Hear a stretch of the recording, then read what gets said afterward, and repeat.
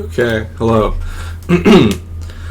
Welcome back to the Solitaire the Gathering channel. This is going to be a YouTube only video, but I think this is just like a video that fits more into the format of YouTube better than doing it live. So this is going to be like a basic, depending on how new you are to the deck, it might be more in depth, but this is like a deck guide for Belcher in Modern. We stream on Twitch and we do some pretty good discussion and practice with the deck, and there's not that much that's like synthesized information out there that's easily accessible, so this is my attempt at changing that a bit. So we're just going to be talking about the deck, decisions, choices within the gameplay and deck building. I'll read out the I have a little agenda here on Notepad, because notepads are the language of Magic. In paper, you gotta write your life total, and on Magic sometimes you have to write down piles and a little notepad. So here we are. So part one, we're going to talk about the deck, basically how the deck functions, why the deck is created the way it is. Then we're going to talk about card choices in the main deck and in the sideboard. And just a little disclaimer: these cards on the side here, on the last column of the sideboard and main deck, these are cards that I don't play in my deck, but we're going to discuss why people would play them anyways. Same thing in the sideboard. These are cards that we're going to talk about all the sideboard options, but these are cards that I wouldn't actually play, but we're going to talk about them anyways, because they could be played in certain scenarios where you want them. So we're going to talk about also what are known as flex slots. So we'll get into that. Part two, gameplay matchups. So we're going to talk about like the top 12 on Goldfish. We're going to talk about the matchups, the sideboard cards that are best in the matchup, and how to generally go about playing them. We're going to talk about the sideboard cards and sideboard decisions and all that. So that's good. Okay. Now, part three, the procedure. So gameplay, how the gameplay generally looks, feels. So like what a game looks like depending on the matchup, and like what you'll have to do to win, basically, or what will happen like before you lose, kind of thing. Stacking, Recross the Paths, playing around cards, basic, intermediate piles. So we're going to talk about the card Recross the Paths, which has a curious way of allowing us to reorder our deck after it resolves, because we have no lands. Because it says, reveal until you reveal a land, put the revealed cards on the bottom of your library in any order. So you do exactly that. So we're going to talk about how many options we have with this card, basic, piles, and some more intermediate, interesting things, mostly with Valakut Awakening and things like that, and playing mind games with your opponent. So after that, what do we got here? We're going to talk about Pyromancer Ascension, why we play it, and how we use it in our deck. And then some small little things before we close. Some small little tips that we'll get into, and how to sideboard, land sequencing. Oh no, this is supposed to be how to mulligan, not how to sideboard. Okay, here we go. Okay, so let's talk about the deck. So, the Belcher deck is named after this card, Goblin Charbelcher, which is a 4-mana artifact from Mirrodin. 3 mana, tap it, reveal cards until you reveal a land card. It deals damage equal to the number of revealed cards to any target. If it is a mountain, it deals double damage. And put the revealed cards on the bottom of your library in any order. It's a curious thing that it also allows you to stack your deck after you shoot someone, or if you have to like shoot a creature and do things like that. So basically, this deck works by having no lands technically, because all these cards, all these multi-face lands from Zendikar, Zendikar Rising, I guess, must be that. Are lands on the other side, but in our deck they count as spells because the front side is a spell, which is very great. So basically we have all these double face cards, which we'll talk about the utility of, and they allow us to play lands while technically not playing lands, so we can sort of cheat the system and get wins with this one activation. So Pact of Negation, this is a 0-mana counter spell that pairs beautifully with this card, because you can respond to the trigger on upkeep with targeting your opponent with Belcher, so you can shoot them right before you would lose the game, and therefore you'll win. So this is like 0-mana counterspell. I think you need 4 in the deck, basically at all times. Maybe not all times. Like if you're playing against a meta that literally just like is allergic to counterspells, I guess. But for most metas, since there's going to be stuff that you need to counter. These are great. They're 0 mana counter spells, you know what I mean? And they fit perfectly in the shell of I can kill you at the same time as, okay, there's a cat on my desk now. Hopefully there's not going to be a distraction. That's why there's no camera. Go. Yeah, come on, get on the windowsill. Come on. Alright. Okay, Spikefield Hazard. We're going to talk about the utility lands now. So this is like a tapped, enters battlefield tapped mountain on the other side, but on this side it's a 1 damage to any target, and then if it dies, exile it. Basically, it's instant. So this is like your Ragavan killer, your Darcy killer, your Thalia killer sometimes, you know what I mean? All the X ones that you need to die. This is probably one of the most impactful lands in the deck. This is Valakut Awakening, so it's 2 in red. I mean, some of you guys probably know it, but we can go over briefly anyways. So you bottom any number of cards from your hand and draw that many +1, right? So it's really good when you know what card is on top of your deck after you cast Recross the Paths. It's also really good if you just need to shove a bunch of garbage on the bottom of your deck, right? Because there'll be some situations where you're allowed to keep a hand against like control that has Valakut Awakening in a few lands, just because you can draw a new hand and you don't need to be fast, right? So this card is great. We'll get into that more later.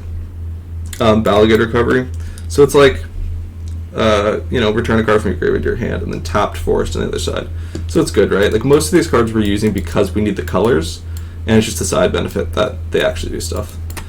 Cat, are you really gonna do this? Go, get down. Get down. Come on. I know. Your life is difficult, but come on. Alright. My apologies, but this is, it's not going to be edited, so fuck it. So, Furies, I guess we should actually go with Furies in the flex slot area.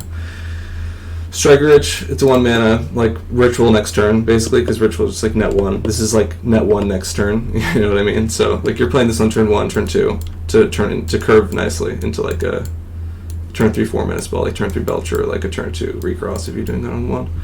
So that's nice. Rituals need no explanation. Splicing is pretty useful when you need to get to mana quickly with a few cards. Recross the Paths. Yeah, Ironcrake Feet, 4 mana, add 7. You can only cast 1 more spell. It's made for this card. Needs no explanation. Allows you to activate basically on the stack, as I would call it, because it's like you can play the Belcher, you can pass the turn, but they can deal with an artifact, right? But if you're winning with Ironcrake Feet, even in counterspell matchups where you go like Veil Summer into Ironcrake Feet, like you're kind of winning on the stack. Like they're not allowed to respond to your win there as long as everything is resolving. Reforge the Soul. So this is a 2 mana Wheel of Fortune. If you draw it for the first card each turn, and if we have a card that stacks our deck, we can put that as our next card if we need to kill in a pinch. So this is a very commonly used card because drawing the next 7 cards when you know what the next 7 cards is very, very powerful. But we'll get into that. Lands, we're playing Guinemere's Call for Pyromancer Ascension loops, which we will touch on later. Seagate Restoration, since we're playing an offer you can't refuse, we'll talk about that I guess right now. So an offer you can't refuse, counter target non-creature spell, its controller creates 2 treasure tokens. So this is a spell on its own, which is pretty good. Mostly for our purposes, we're using it to counter a Noxious Arrival, and net 2 mana. We'll pay 2 life for this. Well, I guess it just nets 1, right? It's like a Rite of Flame, basically. So you counter your 0 mana spell with mana from Seagate Restoration and get your 2 treasures. So it's like Rite of Flame, kind of, basically. You turn 1 blue into like 2 treasures. So it's kind of Rite of Flame. So you play 4 Seagate because you have to cast it. You play 4 Turn Timber and 4 Shatter Skull because you're a green and red deck. You need to cast green and red spells. That's basically it. Manamorphose, it's really, really good at getting like casting Recross the Paths on turn 2 because you go like Ritual Manamorphose or Ritual Striker Rich Recross. Really, really powerful. This deck needs these cards for sure. Also helps to like, I guess it makes your deck kind of more consistent. I don't know, because it's like the Street Wraith Mistress Bauble kind of thing. But I don't know. I'm not gonna get into that. I don't know anything about that. Noxious Rival again. It combos with an offer you can't refuse in the 2-land pile, which we'll talk about. But also, it's just like it's a good card. This could be Chalice of the Void, Engineered Explosives, any 0 mana card that you can counter. It's a non-creature. Okay, sure. I'm gonna have numerous water sips during this because my mouth is gonna get dry from talking this much, I think. But okay. So that's like the main deck, basically.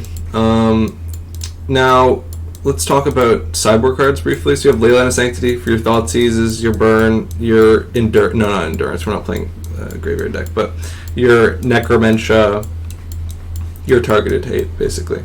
4 is sometimes pretty. 4 can be a lot because if you want to have like an actual balanced approach to each matchup and have like 4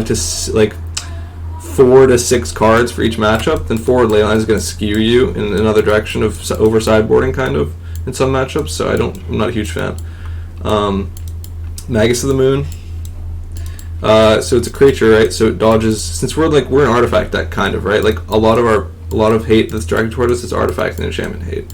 Magus of the Moon, as opposed to Blood Moon, which we can talk on after this, is a creature, right? So also we don't play any creatures really, so they're not keeping in removal. So if you're playing this against like Titan, like blue-white, that's kind of it's the best card against Titan, right? It's the best for the Titan matchup, and like Living In is pretty good with for Magus.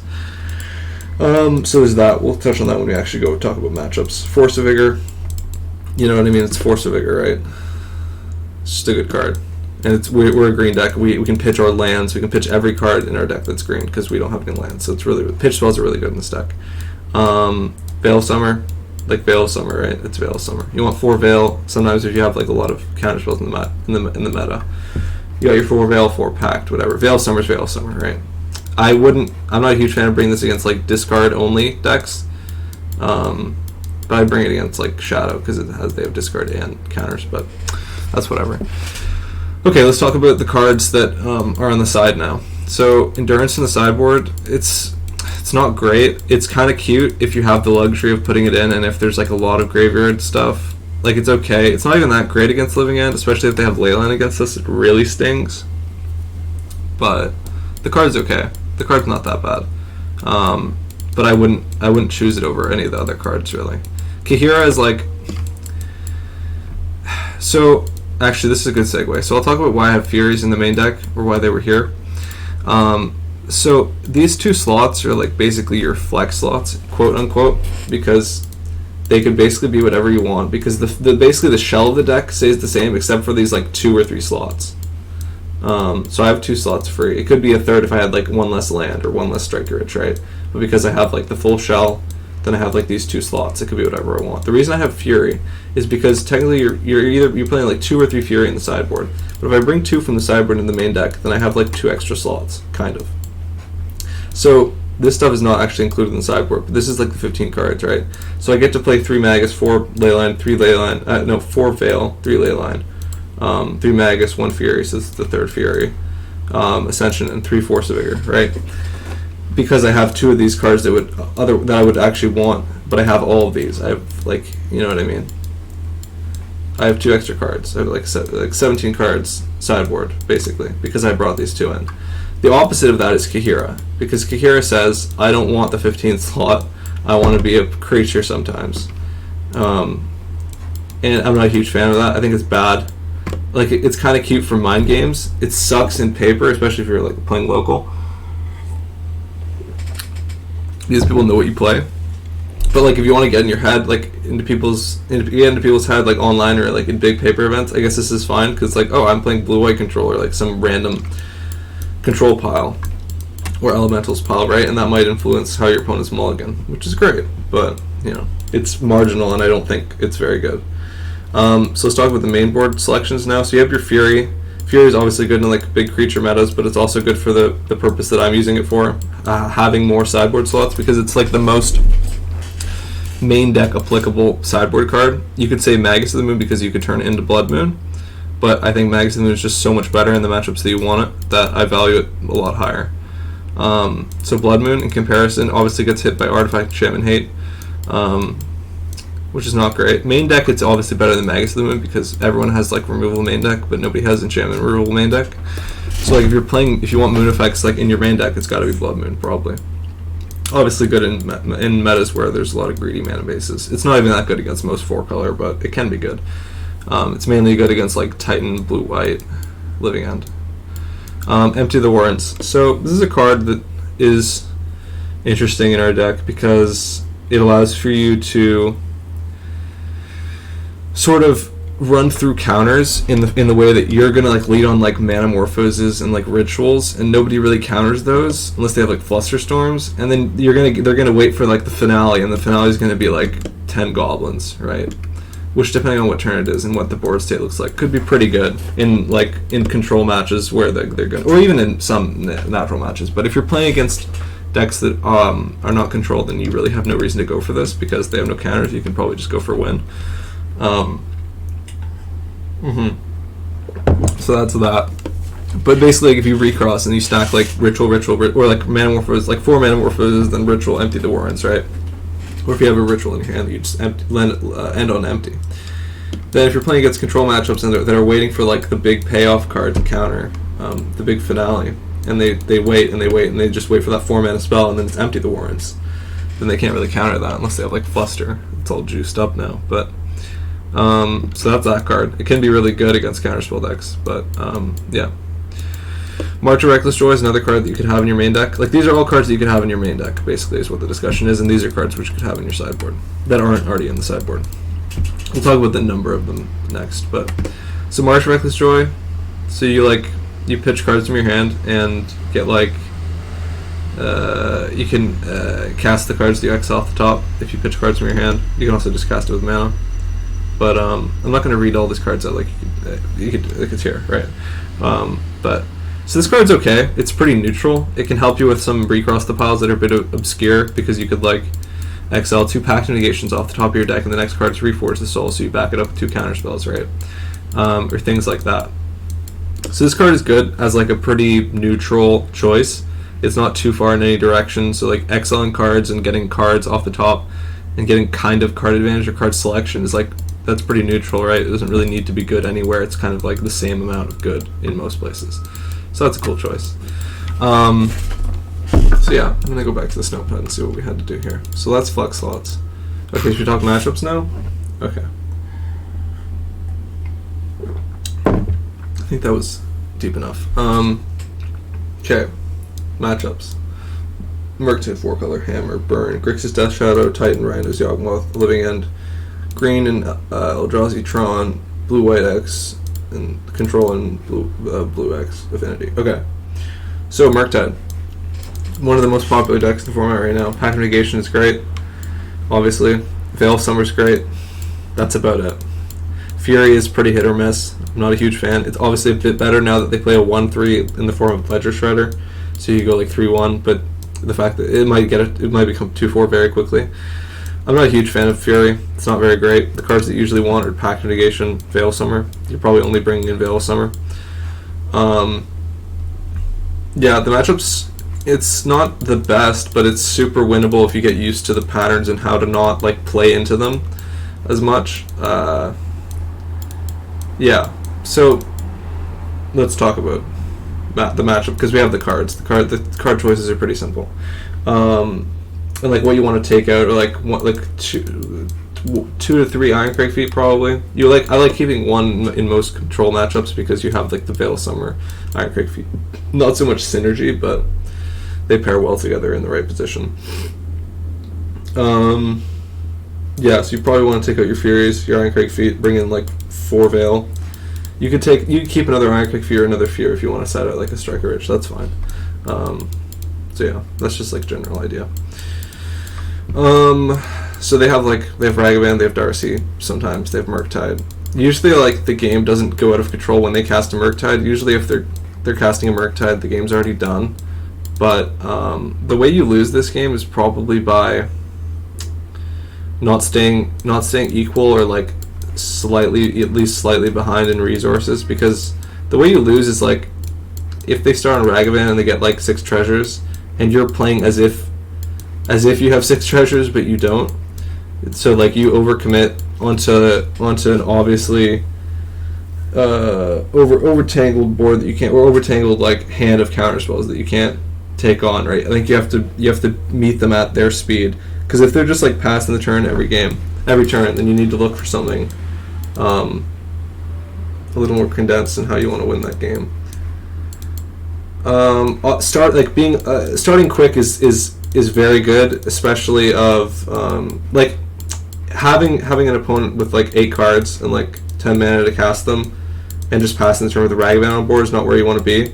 So you should be trying to either win quick if you can, try and ritual out a Belcher. If you have Pact, great.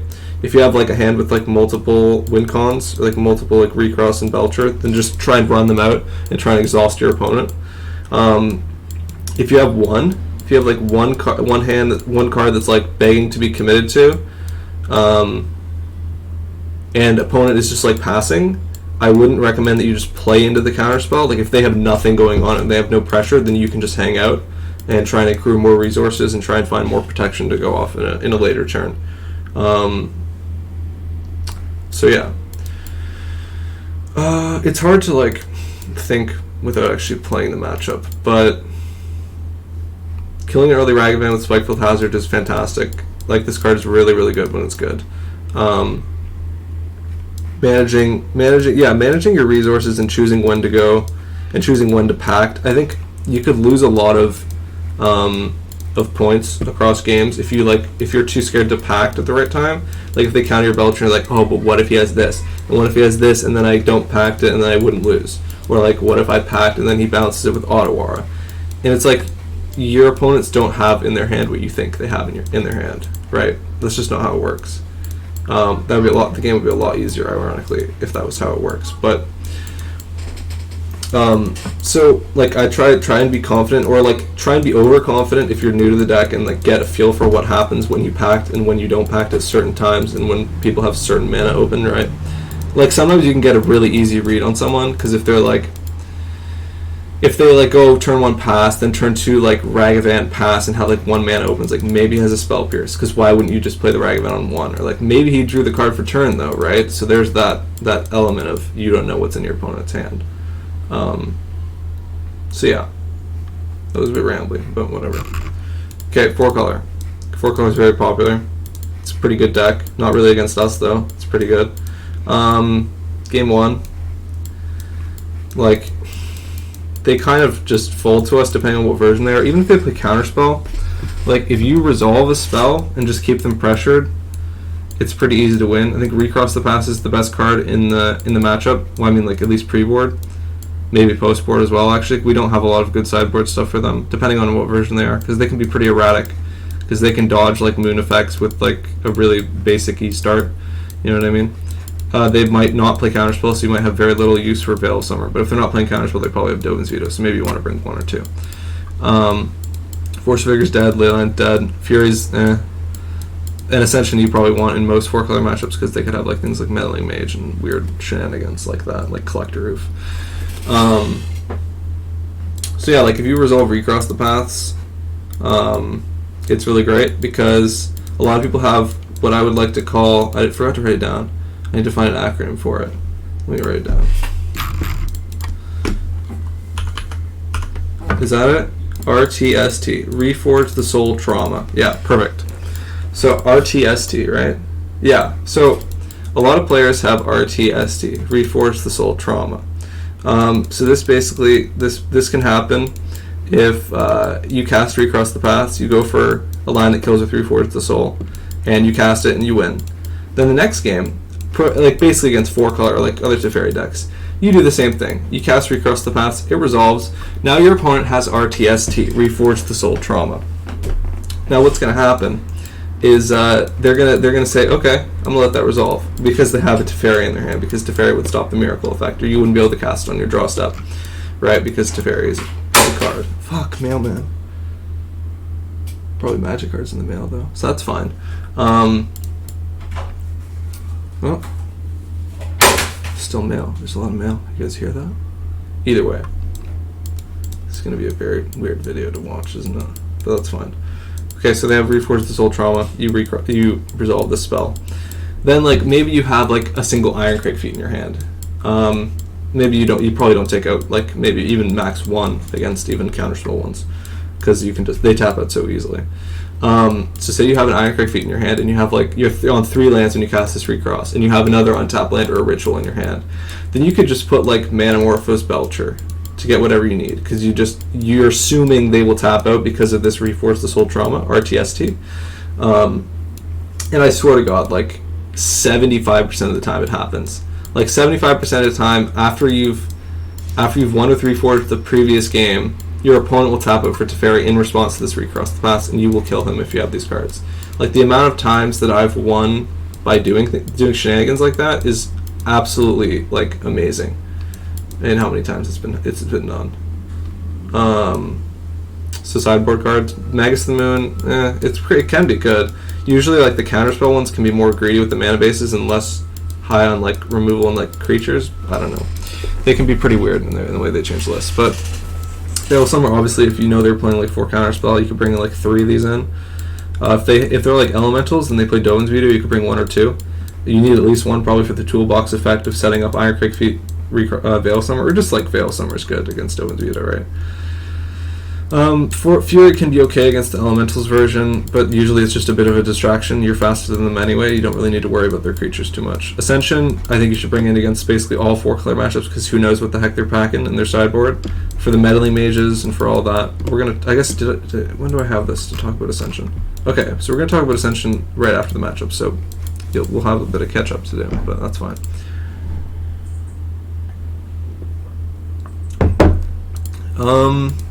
So some things about the matchup with 4 color. Beseju, Ren and 6. It's obviously good. Beseju, Who Endures. You guys can Google that card if you don't know it, but I'm sure most of you guys do. So Beseju, Who Endures, comboing with Ren and 6, bringing it back every turn. That sucks when it happens. Usually it's unbeatable unless the game is like 5 turns in and you have like 4 lands. Then you can still win through a Beseju loop pretty handily. But if it's early game, if they do assemble it on like turn 2 or 3, it's like really fucking bad. I guess they couldn't do it on turn 2, but turn 3, it's like pretty unwinnable depending on the scenario. Most scenarios, if they do it really early, it's unwinnable. It can be definitely very winnable if it's later in the game though. So there's that. Alone, Beseju is not a huge deal because it's like they're doing that for their turn. It's like whatever, we just draw more lands. Play 24 lands in a sec. I forgot to kind of go over that, but that's not as important. They're basically here to look at. Yeah, I don't know what else to say about this matchup, really.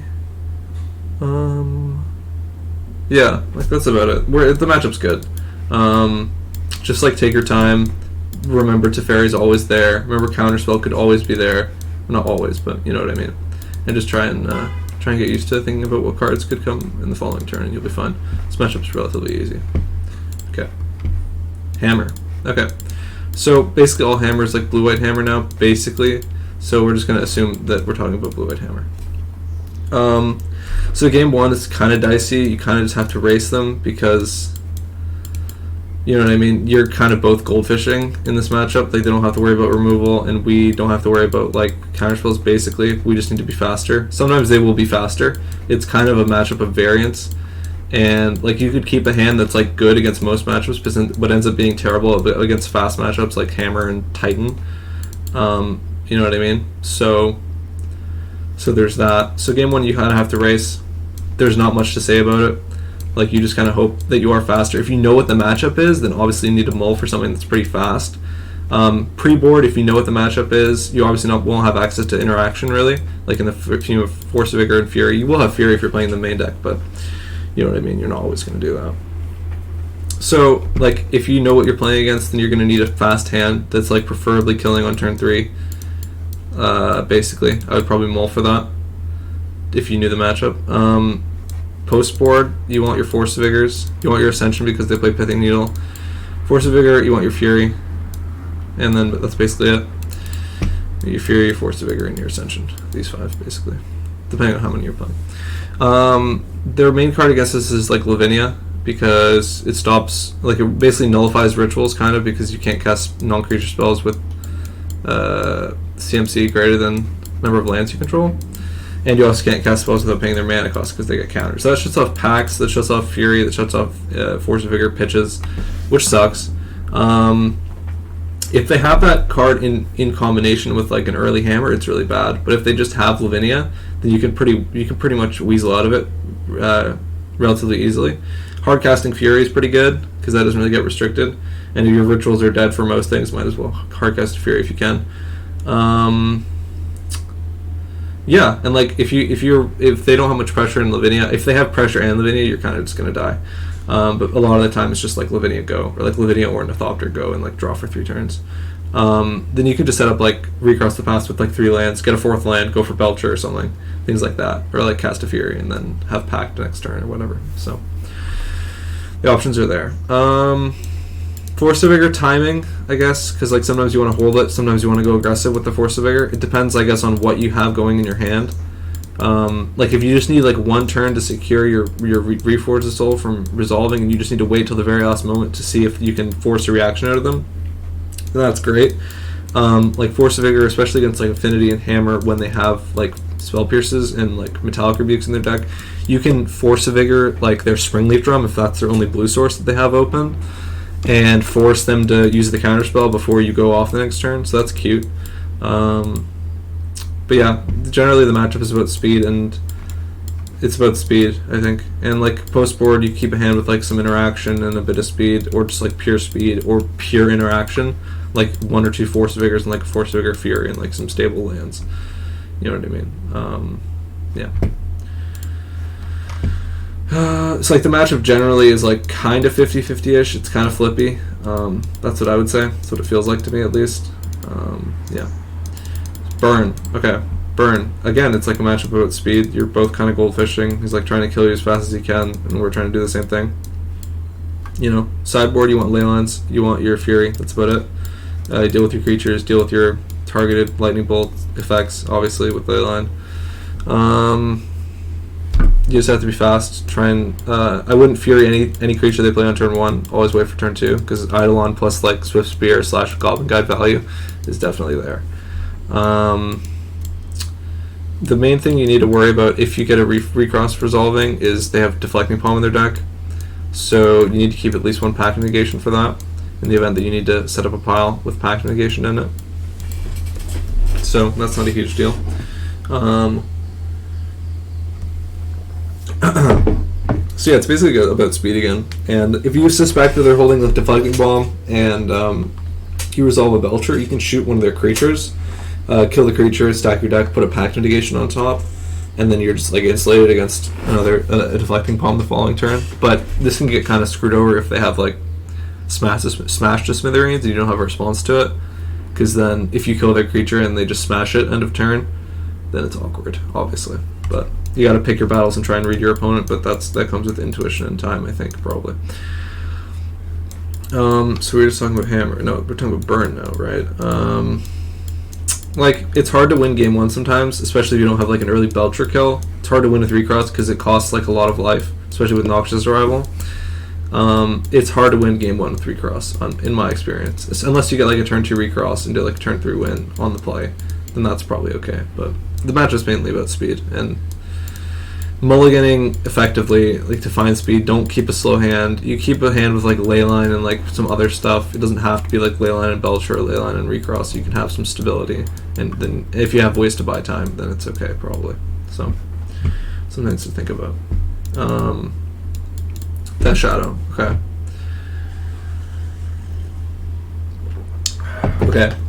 So similar to Murktide in that they have like little creatures they can get big quick and do lots of damage and accrue resources in the form of like Ragavan treasures, and they can also counterspell you and discard you, right? So that's interesting. That's cool. Game 1, trying to imagine how this plays out. Like, a Jar on the Walk is kind of hard for them to get us to turn on. Like putting 3 cards in the graveyard early is not very easy. Like if you resolve it, if you're able to like dodge a Thoughtseizes or something, or like if you're just able to draw into a Recross and you don't have any cards in the yard, even if you're doing it on turn 2, like you go like Desperate Ritual, Manamorphose, Recross, you put 2 cards in there and you resolve this Recross because there's only 2 cards in your yard, and then you put Reforce the Soul as your next draw. They can't drown that because it's 5 mana, right?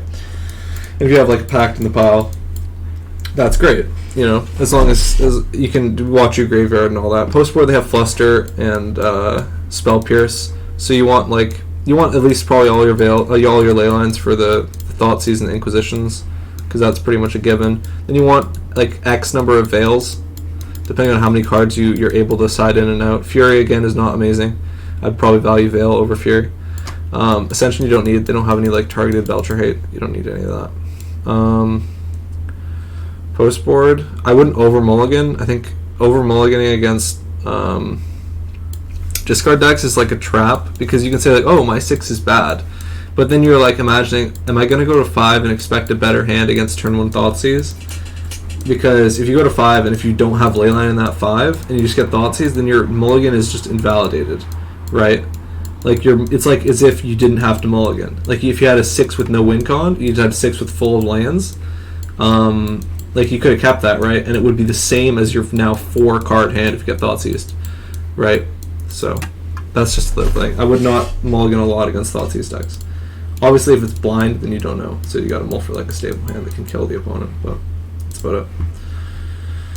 These are very brief. I don't know how in depth I should go, but this is basically the amount that I'm feeling I should talk about. So we just talked about Grixis Death Shadow. The matchup is not favored, but it's pretty. Maybe it is actually slightly favored. It's not that bad. It can be pretty chillax to go through it. You just need to basically just manage yourself and manage your resources, and don't let them Thoughtseize you into oblivion. Don't over mulligan. Commit when it's the right time. Try and get some spells resolved. Don't be scared. It's just some basic shit. I don't know. Titan. Great. Let's talk about Titan. Game 1 is basically a race, as with a lot of these matchups. If you know what you're playing against, Game 1, you need to keep a fast hand. Fast hand means like turn 3 kill, probably. Usually. Ironcrag Feet's great in the matchup. Magus of the Moon is fantastic in the matchup. It's the best card in the matchup, because I've literally... some of them can play Dismember for Magus, but the amount of... I have not actually been Dismembered against Titan for like months. I mean, that's online at least, but even in paper I haven't encountered it yet, even when they brought it in. So Magus is great, bring them all in. Force of Vigor is great, bring them all in. Bring Ascension in for like the off random Karn, Needle, things like that.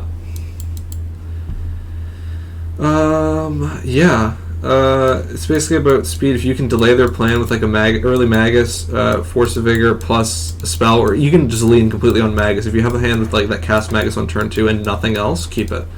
But you need to mulligan kind of aggressively in this matchup, because you're going to either need to put a stop in their plan early, or you're going to need to establish yours really, really quickly. So like I would probably keep a card that a hand that's cast Recross on turn 2, cast Belcher on turn 2 probably, Ironcrag's Belcher on 3 definitely. Things like that. Like Force of Vigor, Amulet plus Urza Saga on 1 is great. Obviously you can hold it until their upkeep on the next turn, right, to see if you draw an impactful card, but that's about it.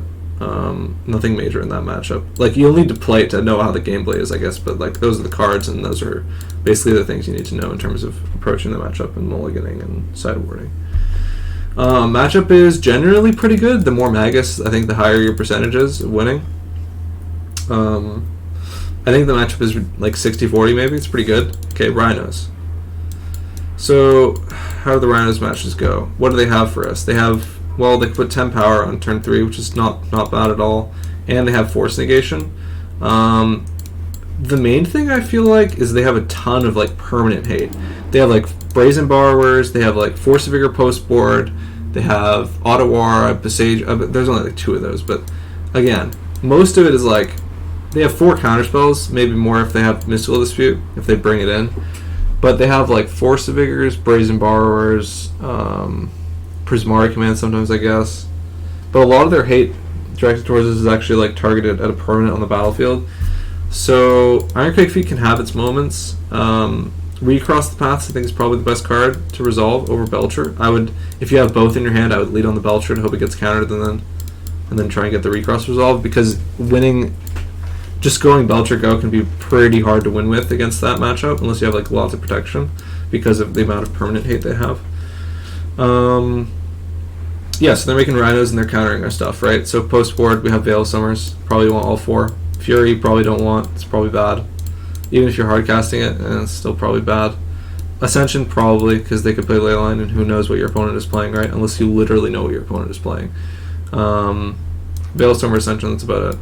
You love your Pact of Negations. Oh shit. But yeah. I'm trying to think what else to think about with this matchup. Like, you kind of have to go fast, but you also need protection most of the time. So you need to mulligan for a hand that does something, as in like it casts a spell like it casts Recross or Belcher. If it has a pact, that's great. You're really happy about that. If it doesn't, then you just kind of got to shove. Depending, because waiting is usually not an option against the Rhinos matchup because they could put 10 power, 8 power on turn 3 and kill you pretty quickly. Especially if we're doing damage to ourselves with these lands, then it's not great. Matchup is not great, but it can have its moments if you have the proper protection and if the games go your way. And yeah, I would. That's about all I have to say briefly on the matchup. Drink some water.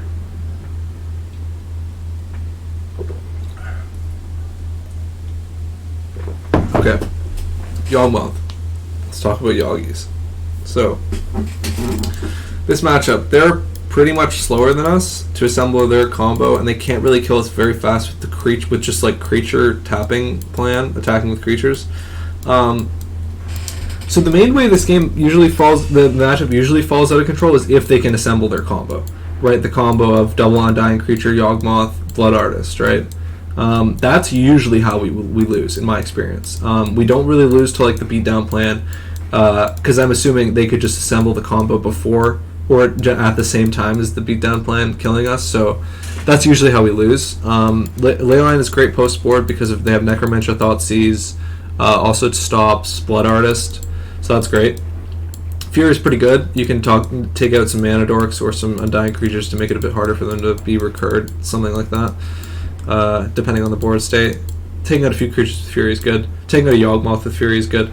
Doesn't really need much else to say. You need Pyromancer Ascension. Again, I should probably have talked about this card before, but whatever. We're through the gateway now. This card can help you if you don't have any Belchers in your deck, because if they cast Necromancer, take your Belchers. You can still win with this card, which again we'll touch on later. So let's talk about the gameplay. Like, pre-board, it's pretty easy because you just have to like kill them at a reasonable pace. They're usually not going to interact with you, aside from like the random Besager that they have one of and they've drew it. Like, that's whatever. Post board, yeah, they have Necromancer, Thoughtseize, Force of Vigor. Basically, that's it. Overmulling is again not amazing unless you have like a total dysfunctional hand. Like, you don't have to mull for Leyline at all. You can keep a hand. It's like, oh, if they Thoughtseize us, it's like whatever because you have more time probably. Yeah. Trying to think of anything more useful. This matchup's pretty easy. Usually, it's pretty smooth sailing. It's pretty obvious what you have to do. You'll only really get blown out if you just like make a terrible mistake or if your opponent draws really well and has something insane against you. But I think in general the matchup goes pretty smoothly. I'm trying to think if there's any other tidbits about the matchup and how the gameplay goes.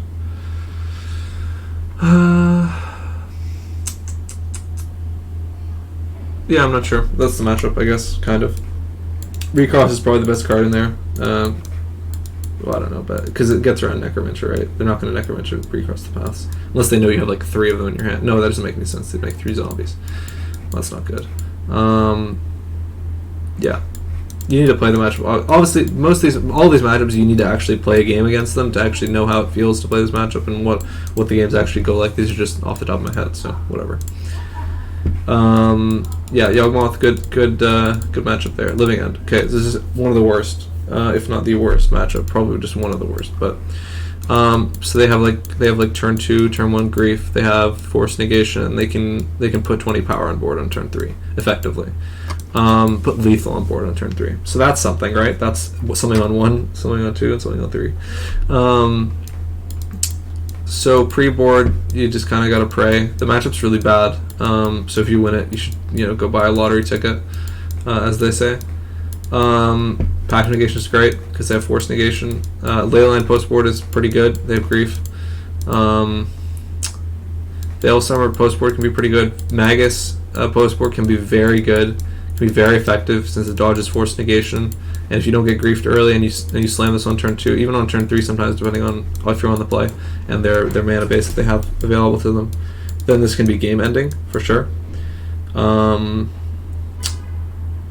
Yeah, like pre-board, try and go quick, try not to get griefed, try not to play against the deck, and yeah, if you have Pact in your hand, if you have Belcher in your hand, great. You just got to get a spell to resolve somehow. Post board, you have more things in the form of basically Leyline and Magus. You need Pyromancer Ascension in case they have Leyline. And basically you have to kind of pray with this matchup. You're going to get dunked on most of the time, but sometimes you'll win. But these are the cards that basically will help you win in the scenario that it works out. So, matchup, very bad with that one. Okay, Tron. Perfect. Green Tron, Eldrazi Tron.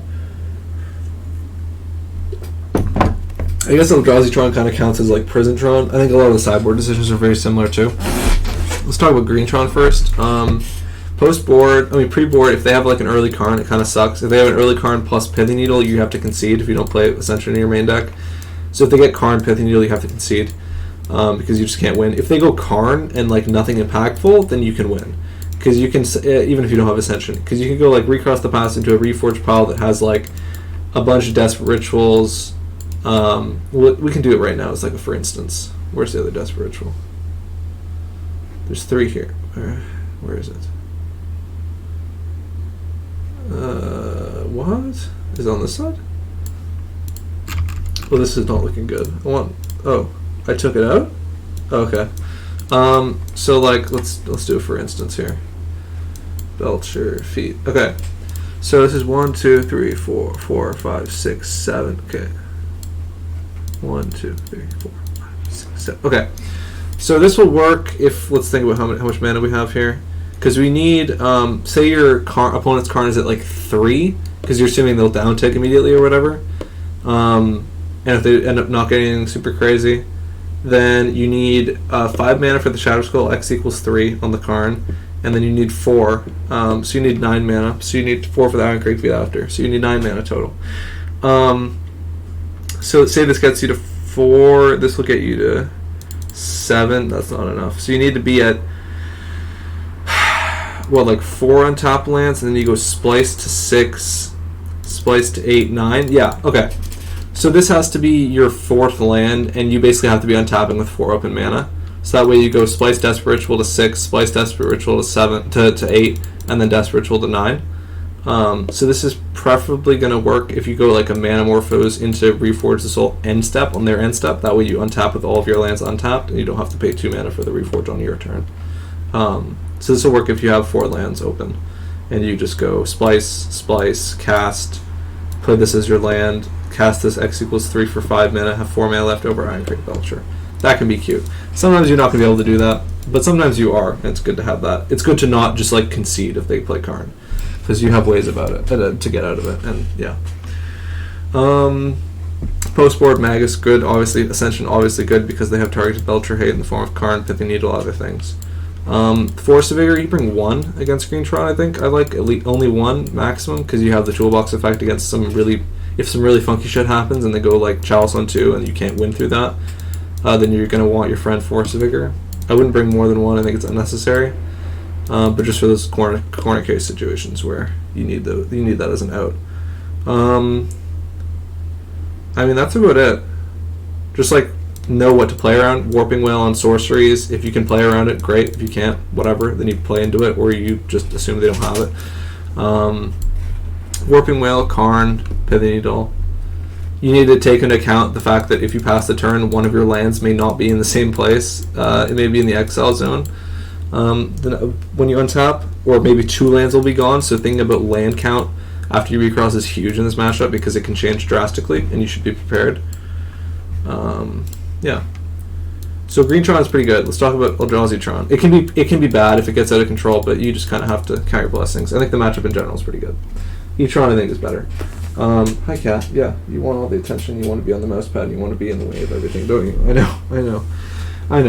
You want to do? Yeah, go on the porch. I know. Okay. Fuck my throat. It's gonna kill after this. Eldrazi Tron / Prison Tron, because they're basically the same now, kind of. Pre-board, they have Karn, whatever. If they have it, they have it. If they don't, then you can win. Same thing as like before. Post-board, again, Magus is good. Ascension is good because they play Karn. I'd bring in more Force of Vigors, probably 2 or 3 against this matchup, because they're a lot more artifact-based in terms of placing artifacts on the board. They have your Spell Skites, you have your, whatever the heck they play. Artifact. They have like their Mystic Forge, etc. They have a lot more artifacts they're going to put on the board than Greentron, so I like more Force of Vigors, 2 or 3 probably. Yeah, I think a lot of the information carries over from Greentron, so we don't have to touch on that very much. I think it's slightly easier than Greentron. Probably because they don't have many bombs, I think. Blue-White Control. Matchup's pretty good, as long as you just don't overcommit into like one counterspell. If you take, basically, sometimes you have to take your time, sometimes you have to shove. Like if you have double win con in your hand, like one Recross, one Belcher, you can shove ASAP, basically. If you have one, and if you have like, unless you're on the play and you have like turn 2 kill with like Belcher Ironcrag, don't like, probably, maybe you should actually go for it, but just kind of feel out what you want to do, and if you want to go for it on turn 2, even if your opponent's holding open 2 mana, then sure. If you want to be more cautious, it's probably going to be fine too. It's just basically the temperament and how much of a gambler you are, I suppose. Because like overcommitting 5 cards into 1 card in the form of counterspell, it's kind of bad. It feels pretty bad, and it can basically lose you the game. Because if you're untapping with 2 cards and your opponent has like 7, it's really, really rough. Post board, Veil of Summer's great. Ascension's fine. If you assume they have like some weird Stony Silence, whatever. It's probably not. It's not unsafe to bring it in. It's pretty safe if you bring it in. Magus of the Moon is good. Sometimes it'll die, but a lot of times if it sticks early, it can be really, really good if they don't have the time to fetch basics. Blood Moon is probably kind of better than this matchup than Magus. Maybe not actually. I'm not sure, but either way, keeping at least 1 Ironcrag feat in because you have Veil Summer into Ironcrag feat, which is very good, especially if they have Teferi. You can go for like double Veil Summer into Ironcrag feat. You go like Veil Summer, they counter it. Veil Summer, maybe they counter it, whatever, and then you just go Ironcrag Belcher if you have the resources, because they're not going to kill you quickly. So you have a lot of time to set up a slow Recross or a Valakut Awakening pile, because it doesn't have to use Miracle. You just cast this on your turn, draw your double Veil, your Belcher, your Ironcrag feat, and your ritual that you need, and then you cast your Veils and you go crazy. Yeah, pick your battles. If you have an early hand that goes like Belcher on 3 plus Pact, go for it, sure. Pact whatever they cast. Sometimes they'll even let it resolve and just play the Teferi. And they'll pack the Teferi and win. Pretty common. Yeah, I don't think Fury is good in the matchup. Empty the Warrens can be good. Moon is good. Veil of Summer is good. Pact Negation is good. Basically, matchup is good. Okay, final matchup. Okay. I know, Cat. Also, the same thing with Blue-White Control is they have RTST as well. They have Reforged the Soul Trauma. Because they play Teferi. Reforged the Soul Trauma only applies to people who play Teferi. Timmy, are you just going to be a nuisance, man? Just like, go. Like, get out of here. Yeah, go sit on the bed. Fucking weirdo ruining my video. Yeah, I know. Your life is so hard. Okay, so, yeah, Blue-White Control players have RTST as well because they play Teferi, and they can just let a Recross resolve and then play Teferi, and you win on your turn instead of going with Reforged Soul. So yeah, let's think more about this. Yeah, that's Blue-White Control basically. So affinity, blue or blue-white affinity piles. Pre-board, if they don't have main deck Needle, it's great. Sometimes they'll be faster than you if you don't have like a super fast hand and if you draw kind of poorly, but usually if you get a Belcher on 3, you'll win. If you get a Recross on 2 or 3, you'll probably win because they just won't be able to kill you. Like, it's pretty straightforward what you have to do pre-board. Post-board, you probably want your Force of Vigors, your Fury, and your Ascension because they can play Meddling Mage if they're playing blue-white, if they're playing like the blue-white artifact affinity piles with like sometimes Urza and all that. You'll want your Ascension if they have like Meddling Mage, Pithing Needle, things like that. They can play Damping Sphere, which is a thing to think about for sure, especially post-board. Like after you have a Recross resolve, you need to think of like probably 2 or 3 main things. The first one is like Counterspell in the form of like Metallic Rebuke. The second one is like Permanent Hate in the form of Damping Sphere. Like if they play Damping Sphere after I Recross, how screwed am I going to be if I do this? Or what can I do to insulate myself from that? And then like dedicated Belcher Hate like Needle and Meddling Mage. that'll say, I can't win with Belcher next turn, am I okay with that? So if you want to go for like an Ascension line in spots like that where you don't know what hate your opponent will present, then that's probably a pretty good idea. Yeah, I wouldn't really go for aggressive Force of Vigors unless you're obviously like in a really fast spot. If you can just like, because if they go like Urza Saga Springleaf Drum and pass, if you have a really fast hand, then sure, go ahead and force those two, right? But if you have a slower hand, if you have like a Recross hand that you don't need to worry about those cards right now, you don't even need to worry about a Pithing Needle, then you can hold the Force until it can either force a counterspell out of your opponent because you're taking away their blue source with the Force of Vigor, or just like wait until you're near death threshold, or if you need to hit a Damping Sphere, etc. So yeah, that's basically all I have to say about the matchup. The matchup's pretty good. It can get out of control sometimes, but that's whatever. So yeah, just think about sideboard cards, think about counterspells, think about Metallic Rebuke, Meddling Mage, Damping Sphere, Pithing Needle, those kind of things, and adjust your stacking accordingly. Okay, that's matchups. Those are matchups, basically. Okay, so procedure, gameplay, I think we can skip this. I think I didn't really know what I had planned with this little bullet point, but we basically talked about what cards you need to think about and how you need to approach most of the matchups. So that's fine. Stacking, Recross the fast playing around cards, basic, intermediate piles. Okay. So Recross fast, stacking your deck. So basic piles usually involve Reforge the Soul. I'm just going to set it up here because I don't want to open up a game and it'll be a pain in the ass to mulligan for Recross the Paths every game. So we'll just do it like this. So we're going to do some standard Reforge the Soul piles right now. And so this is the one that you'll use if you're casting Recross the Paths on turn 2. That means on turn 3 you'll be untapping with 2 lands, but you'll be able to put a land in the pile and go off from 1 land only. So yeah, this is 1, 2, 3, 4, 5, 6, 7. This is all of them. Okay, so this is in no particular order. Like if you're anticipating Ragavan, you could put Belcher as the next card. So if they shave this Reforge off, then you draw Belcher, right? So things like that, depending on the situation you're expecting, then you can adjust the order accordingly and adjust the cards after. Like maybe you want a bunch of Belchers after in case this somehow doesn't work out. So how this is going to go is you're going to untap with 2 lands, preferably red mana, to cast Reforge the Soul. You're going to get your trigger, you're going to cast it for 2, you're going to discard whatever in your hand, and you're going to draw these 7 cards. Then you're going to play your Seagate Restoration, you're going to play Noxious Arrival, paying 2 life, targeting any card in someone's graveyard, holding priority, cast an offer you can't refuse from the Seagate Restoration, blue mana. Then the Noxious Arrival is going to get countered, you're going to get 2 treasures, you're going to use the 2 treasures to cast Paratic Ritual, Iron Creek Feet, Belcher. They're dead.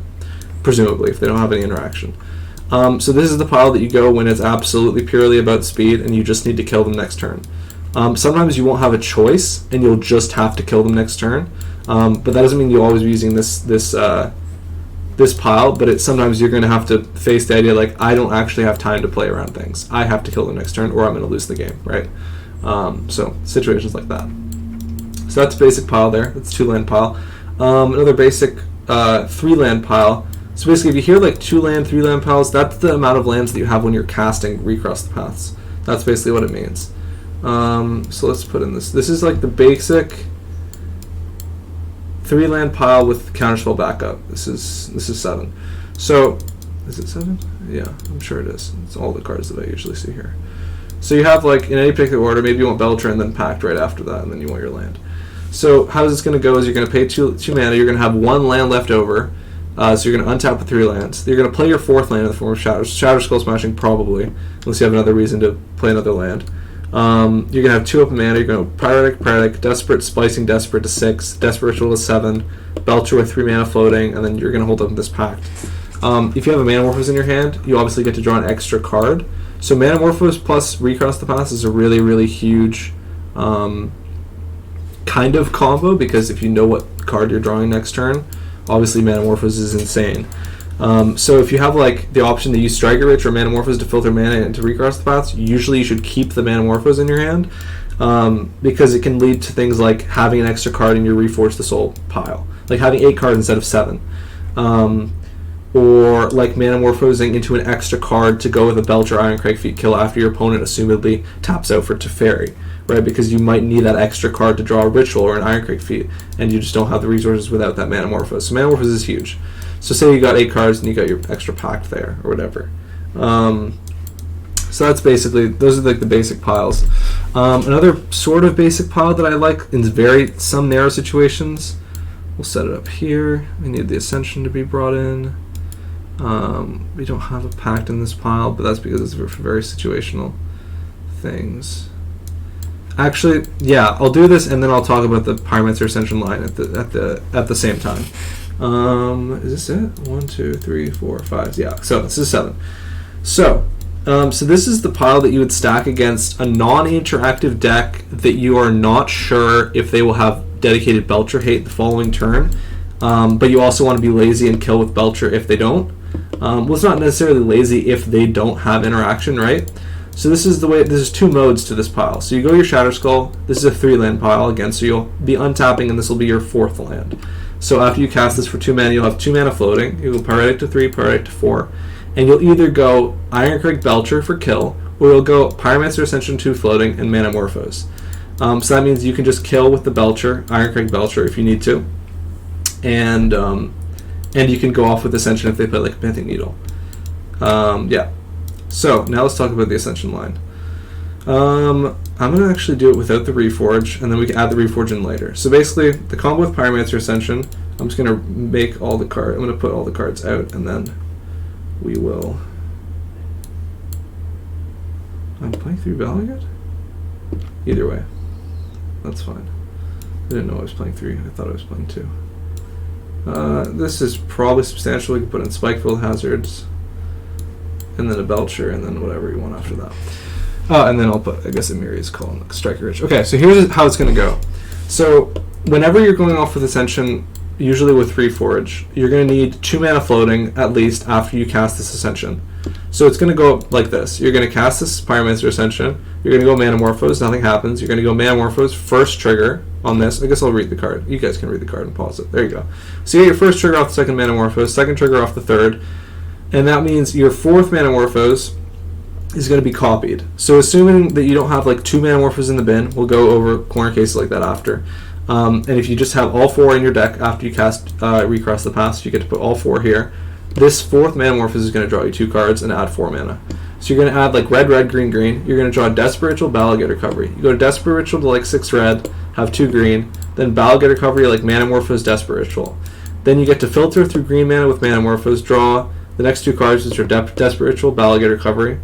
That way, you have Desperate Rituals now to splice, which when they're copied, they generate basically infinite mana with you returning Balagad Recovery with Balagad Recovery. So the loop after you've drawn both Balagad Recoveries and 2 or 3 Desperate Rituals is you're going to be alternating probably between returning Manamorphose and Balagad Recovery and Desperate Ritual and Balagad Recovery. So Manamorphose if you need to filter colors. If you need to filter through green to cast more Balagad Recoveries, or if you need to filter through white to cast Emiria's Call to make 4/4 Angels. So there's that. Where's Psalm Treachery? It's not in here? I took it out, didn't I? That's weird. Either way.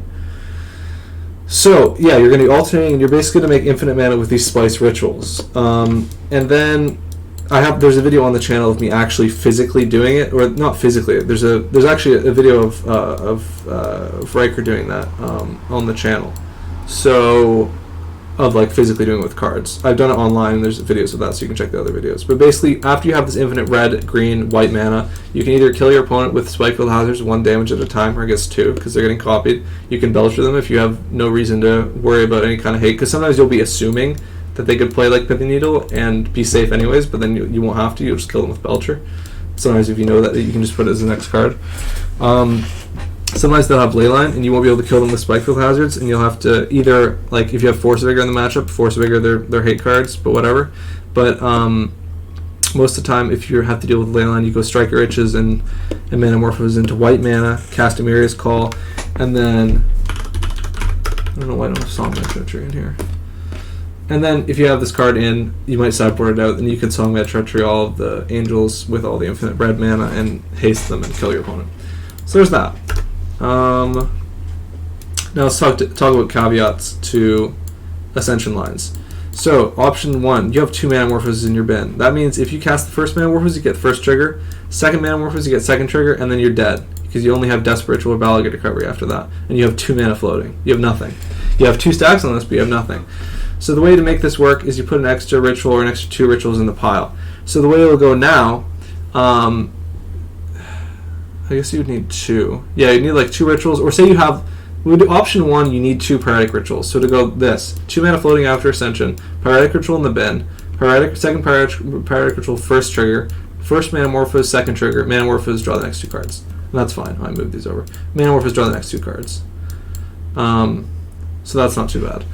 Option 2, there's 2 Manamorphoses in the bin, no Pyretic Rituals in the bin. Also, if you have a Pyretic Ritual in your hand and you know you're going to discard it to Reforge the Soul, you can assume it'll be in the yard and plan accordingly. There can also be a pact in there if you only need 1, right? So there's that. So let's bring this over here. So option 2 is, do you have 1 in the bin?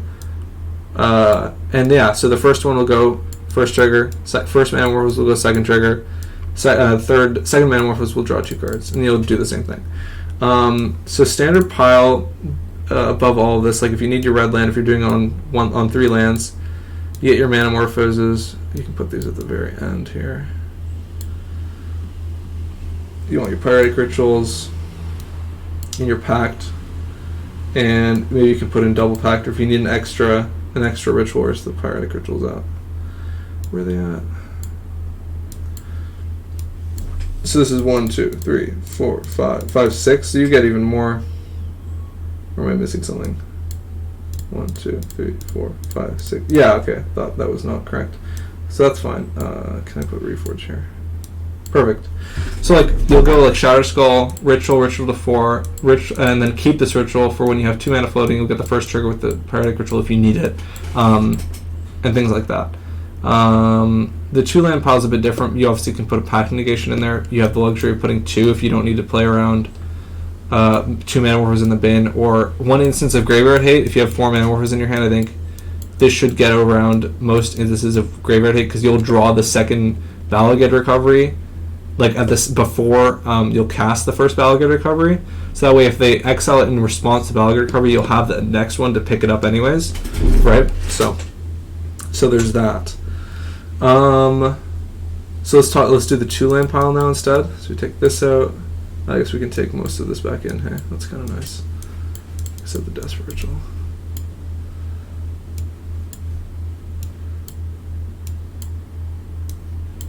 One, 2, 3, 4, 5, 6, 7. Here it is again. So you're going to offer your Noxious Rattle with the 2 mana, Pyretic to 4 mana, Ascension with 2 floating, and Manamorphose, right? It works if there's 1 in the bin, because you can imagine the first Manamorphose will get 1 trigger anyways, instead of the first Manamorphose doing nothing and just going to the bin. So that's not a problem. So those are the basics. So like, why do we use this? Why do we use this loop? Because it's not Belcher. It's not an artifact. It doesn't need to be activated. It only uses the Graveyard, for which we have no other use in our deck for, so nobody's going to be boarding a Graveyard Hate against us. It doesn't even necessarily fold to Graveyard Hate in a lot of instances, unless like Leyline of the Void, or like Jolty Voidwalker can be a pain, but you can obviously kill it in other ways if you have the time. So yeah, we get around like dedicated Belcher Hate this way. This is a way that kills independently of Belcher. You know, it doesn't care about Pithing Needle, it doesn't care about Leyline of Sanctity, it doesn't care about Meddling Mage. You know what I mean? So that's why we play this, and that's how we do the loop. Okay, good. We're actually making good time, I think. I don't know when I started this or how long it's going on, but it's probably fine. Okay, so small little things. I have a few little bullet points here. So casting a spell before you play your land for turn. It's pretty small, and I'm sure people probably know this from other decks, but this is, I think, is very important in our deck specifically because we play Ritual. Is there a way I can sort this again? That's nice, sweet. So like we play Rituals, right? We play cards that accelerate our mana so that you can cast a Ritual before you play your land. First of all, you can represent less mana. Second of all, if your Ritual, like, how am I trying to say this? Like, we're not a deck that taps out with paying all of our mana just from our lands, right? We play with rituals, we play with strikers, we play with Manamorphose. Like, Manamorphose is not your tap out spell. Manamorphose is like, if this resolves, then I'll get to tap out after it resolves, right? Desperate Ritual is like, I'll get to cast my spell after I get this mana. So if you cast a ritual or a Manamorphose before you play your land, see if it resolves. It might even elicit a counter spell or a response, which would be good for us in most scenarios. Like, if you have a hand that has like a Belcher and a Pact against like Murktide, and they counter like a ritual or a Manamorphose before you even play your land, because you either make yourself look weak by having less lands and casting your spell already, and also it saves you life, because if you're playing like an untapped land, it costs you 3 life if you want it to be untapped, right? So you save life, and you can make yourself appear more weak to elicit responses from your opponent that would be favorable to you. So yeah, that's like a small thing. Land sequencing. Okay, so like a lot of the time you're gonna have a bunch of different land options to play in your hand. Like, you're gonna have tap lands, you're gonna have untapped lands, or I guess untapped lands and tap lands. I highlighted them weirdly, but so yeah, like, there's going to be questions like, what land do I play first? What land do I play second? Like, let's orchestrate a little hand here. Let's put like Shatterskull, Turntimber, Seagate, Balaged. This is kind of a bad hand though, isn't it? How many cards is this? 6? It's 5. Okay, that's fine actually. We put like Belcher, Ritual. Like, this hand is a keep if you're blind, because you have 1, 2, 3, 4. Yeah, this hand's a keep. It's a bit land heavy, obviously, but you're not going to mulligan this blind, a blind matchup.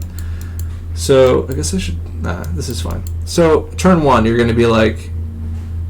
It's an interesting question because you have 2 like utility lands. These ones don't really count. I guess Shatterskull does, but these 2 don't count as utility lands because you're not really casting them ever. But Valakut Awakening and Balaged Recovery are totally utility lands. So because you're playing against a possible deck that could play discard, could play counterspells, in which case the first Belcher will not be enough and it might go to the graveyard. You might want to hold this Balaged Recovery for that instance. Another reason you might want to hide your most valuable lands from like land destruction, like Boseiju.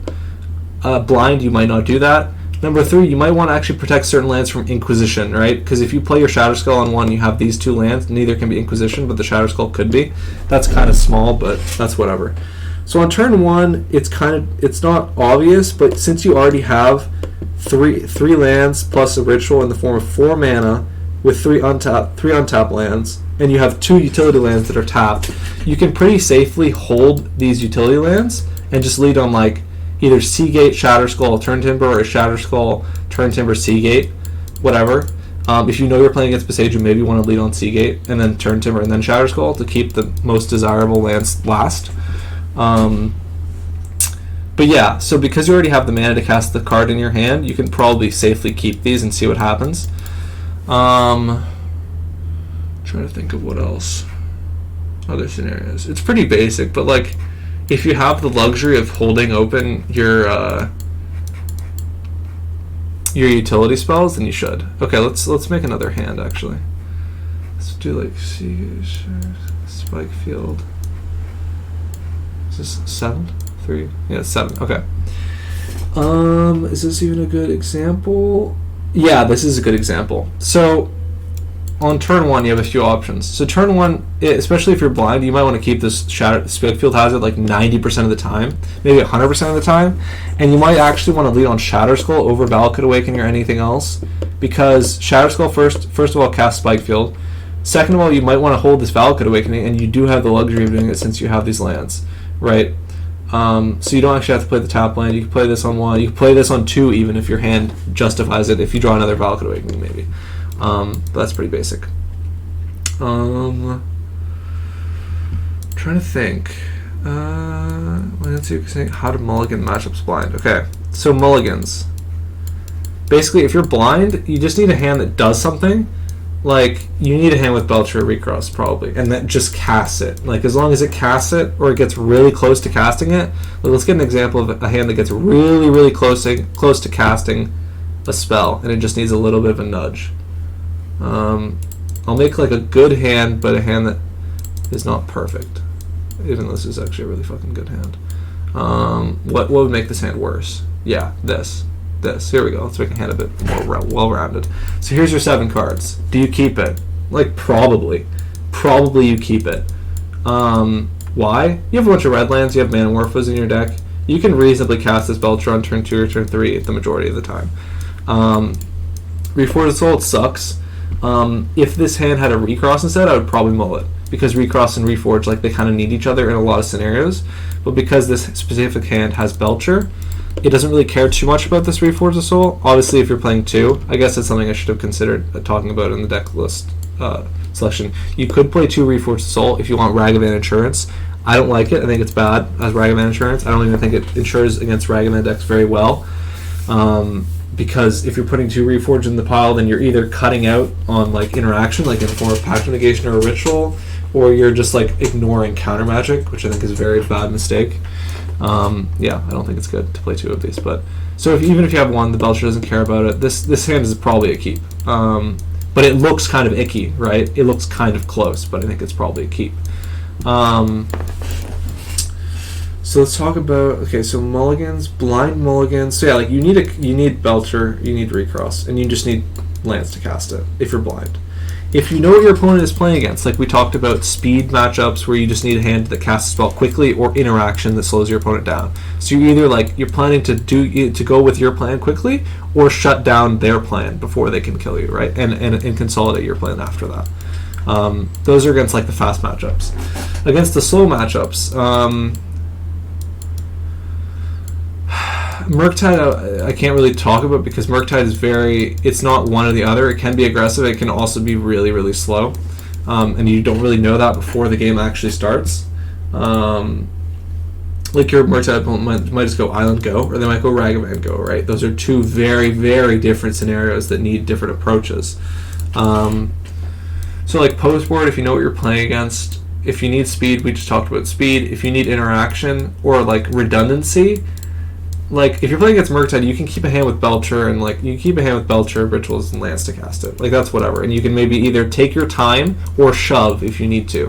Like if your opponent starts with like a Ragavan into like holding open 3 mana on turn 2, it's awkward. But a lot of the time they tap out, and you can try and abuse them with a fast win con, and get under them that way. So yeah, like you can keep a hand with Belcher and like lands, Rituals to cast it. You can keep a hand obviously with like Belcher and Recross that's a bit slow, just because it has 2 win cons and 2 things that can need a counterspell, or 1 thing that can need a counterspell and 1 thing that can resolve. So yeah, if your opponent on Murktide, for example, is going slow, then go slow with him. If he's not applying pressure, you don't need to give him. You don't need to run into his counterspells. You can just hang out. Especially if he has no Ragavan, you can just hang out. Well, I guess Ragavan is pressure, so but you can just hang out and not play into his handful of counterspells before you actually need to. Yeah. Let's think. What else did I write down here? Blind. Yeah. So you got your speed matchups, you have your interactive / slow matchups against like blue-white, which is like generally pretty slow. You can keep a hand with like a good amount of cards, some Valakut Awakenings, you know what I mean? Put back a couple cards, loot a few times, that's fine. Yeah, what other kind of matchups are there? You have your interactive ones, you have your fast matchups, you have your fast and interactive ones, you have your only interactive ones. Let's look at the matchup list. Shit, that was awkward, wasn't it? Burn, yeah, speed, interaction, speed and interaction, neither. Sometimes interaction post board, speed and interaction, kind of pure interaction, both interaction and aggression. That's basically, I don't know if I'm missing something. That's basically the gist, right? Mulliganing, I think, is really, really important into how successful you'll be with the deck. Over mulliganing is kind of a problem. Like I wouldn't go past 5 cards on blind. I wouldn't go past 5 cards. I wouldn't go to 4 in any scenario blind against what you're playing against. Because just keep your 5-card hand, even if it's like all the lands. You're not going to get only lands. You're not going to get a better 4-card hand, basically. Even if you do get a better 4-card hand, then it's just there's a chance that it just gets squashed really easily. So keep your cards. Under mulliganing, I also think is a big problem. Like, don't just keep like a 7. Like, oh, it has Valakut Awakening. Like, it casts Valakut Awakening on turn 3 or maybe turn 2. Like, that's not good, right? Don't keep a set. Like, you can mulligan to 6 to 5 if you have unsavory hands. Yeah. I would only go to 4 in like absolutely desperate scenarios where, like, say this actually happened to me recently. I was playing against Titan in paper and I was on the draw and I was on. I think my 7 was not good enough either. It wasn't fast enough, or it literally was nothing. It was a handful of air. Second hand on 6 was probably around the same thing, either not fast enough or no interaction. I think on 5 it was either like it was just completely unplayable as well. So I had to go to 4 because I was going to lose if I kept that 5. I think my 4 card hand was where is it? This. What else was it? Because I know I only had 1 land. What else could the card have been? It could have been anything. Maybe it was this, right? I think it might have been Force Figure. I'm not sure if it's Force Figure, but like even on this 4, forget this fourth card. It wasn't a land, right? I had to keep this, and I had to mull for something like this, unironically. And I drew the second land, and it won me the game, right? So that's great. But if because my 5, 6, 7 card hands were not doing anything in that matchup, I had to aggressively mulligan. It's gonna be a pain in the ass getting all these back in the sideboard, but anyways, so things like that. What else? Yeah, under mulliganing is bad. Like, let me pull up a hand that you should never keep, probably. Or, yeah, against blind matchup. Like, don't keep... What is this, 5? Like, don't keep this. Like, this hand is bad. As a 7-card hand on the blind. Like, it's just bad. It doesn't do anything. It's like slow and clunky, and like if you know what you're playing against, sure. Like, I don't even know what you keep this against. You're playing. Maybe you keep it against Murktide because you spike build early, but you don't even have Shatter Skull. But so you can't guarantee it on 1. I don't know. This hand's bad. Don't like under mulligan. Mulligan if you have a hand that's bad, and know what a bad hand looks like. Is basically my advice. Trying to think of anything else that's interesting to think about with this deck. Did I get to everything I wanted to talk about? Flex slots, gameplay, matchups. Sorry for background noise if you hear that. Background noise check. Yep. Stacking cards. Yeah, okay. So we'll talk a bit about the nuance of the deck and how you can how the skill ceiling works with this deck. Because a lot of the skill ceiling comes from the card Recross the Paths, because a card that says put your deck back on top of your library in any order is something that has a lot of possibility, obviously, and a lot of options. You could say infinite options, but not really, I guess. But still, the idea is this card requires some knowledge of what you need to play against if you want to be operating at 100%, which is obviously probably impossible, but like 90%. So like after you cast the spell, the main thing is like, what am I going to lose to next turn? How fast do I have to win? And yeah, like what cards do I have to play around? So a lot of the cards that you'll have to play around basically come from you playing Modern and playing Magic and understanding what cards your opponents play, what cards your opponents could play, and what cards your opponents definitely play, right? Like if you're playing against an Urza Saga deck and it's game 2, like they definitely have Pithing Needle, right? So that card should be in your head like 90% of the time, especially before you cast Recross the Paths. Like, am I going to lose to Pithing Needle if I do this next turn? There are also going to be scenarios where like he could kill me next turn. I don't know if he'll kill me, but he could. And he could also like slow me down next turn. Like if you're playing against Titan, it's like he could combo off next turn and kill me and hit me for 20. Or he could Besage me and do nothing else. And it's like, what is more likely in that scenario? Did they Besage you on 2? It's like, okay, well that's something, right? Maybe they had the mana for it and didn't Besage you, so you don't actually have to play around that as much. And if you think the possibility that they're killing you next turn is very likely, you have to go for kill. You have to go for a kill. If you're on 2 lands, you got to go for your Reforged Line with Offer, Noxious, and Seagate Restoration. And you have to kill them. If you have time, if they don't have pressure, and they're like, okay, if they could Besage us, will I lose? Let's say, like, if they don't have an Amulet on board, and if the likelihood that they will kill you next turn is low, then play around as much as you can. So like if you want to, let's do a sample hand against Titan here. This will be like, I think this is closing arguments here. This is good. This is good. I just need like, give me like, fuck. I hope you guys can't hear the background noise. I don't think you can though. The mic I think is pretty good. Wow, my whole deck is so wide. I have to bring it over here. Bring it over here. Okay. Here's Recross, and I guess we can just pad it with other cards. Okay, this is 1. This is 7 cards. Okay, perfect. I didn't realize this is the number there. Of course, I could have looked at that. Okay, so here's how this game's going to play out. You're going to play Valakut Awakening on 1. You're going to play Turn Timber untapped on turn 2. You're going to Pyretic Ritual, Manamorphose. Doesn't matter what you draw. Say you didn't draw. Say you're on 6 and you draw this Valakut Recovery, for instance. You cast this Recross the Paths, and maybe you're on the play, maybe you're on the draw. But if your opponent doesn't have a high chance, we're doing the Titan matchup, for instance. If it doesn't look like they're going to kill you next turn, but they could besage you next turn, here's what you're going to do, probably. Say you have the Seagate Restoration in your hand, which is actually super relevant. So, assuming you cast Recross the Paths, you pass the turn, they take your Valakut Awakening. They take that land. What are you going to need to do? So, in this particular pile, in this scenario, if I don't feel much pressure from the Titan opponent, I'd probably put, like, Manamorphose into Reforge, into, like, I guess you could do a lot of things with this, but like you could do Belcher, Feet, and then you could do Ascension as well after that, like the line we did before. So what's going to happen is if they destroy this land, you're going to untap, you're going to play the Seagate Restoration untapped and hold up in green-blue, and this will be your draw for turn. The Manamorphose will be your draw for turn, and that way, even if they besage you a second time, you can Reforge in response and kill. So yeah, there's that. That's basic stuff. It's just like illustrating what you need to think of and how, like, am I going to die next turn? How quickly do I have to kill? And what am I going to lose to, basically? Yeah, I think that's all I have in me right now. That's all I think I wanted to talk about. Maybe we'll do more of these, but yeah, so that's like general outline. It's a bit messy, but you know, I'm not gonna. That's just how I am in terms of explaining things.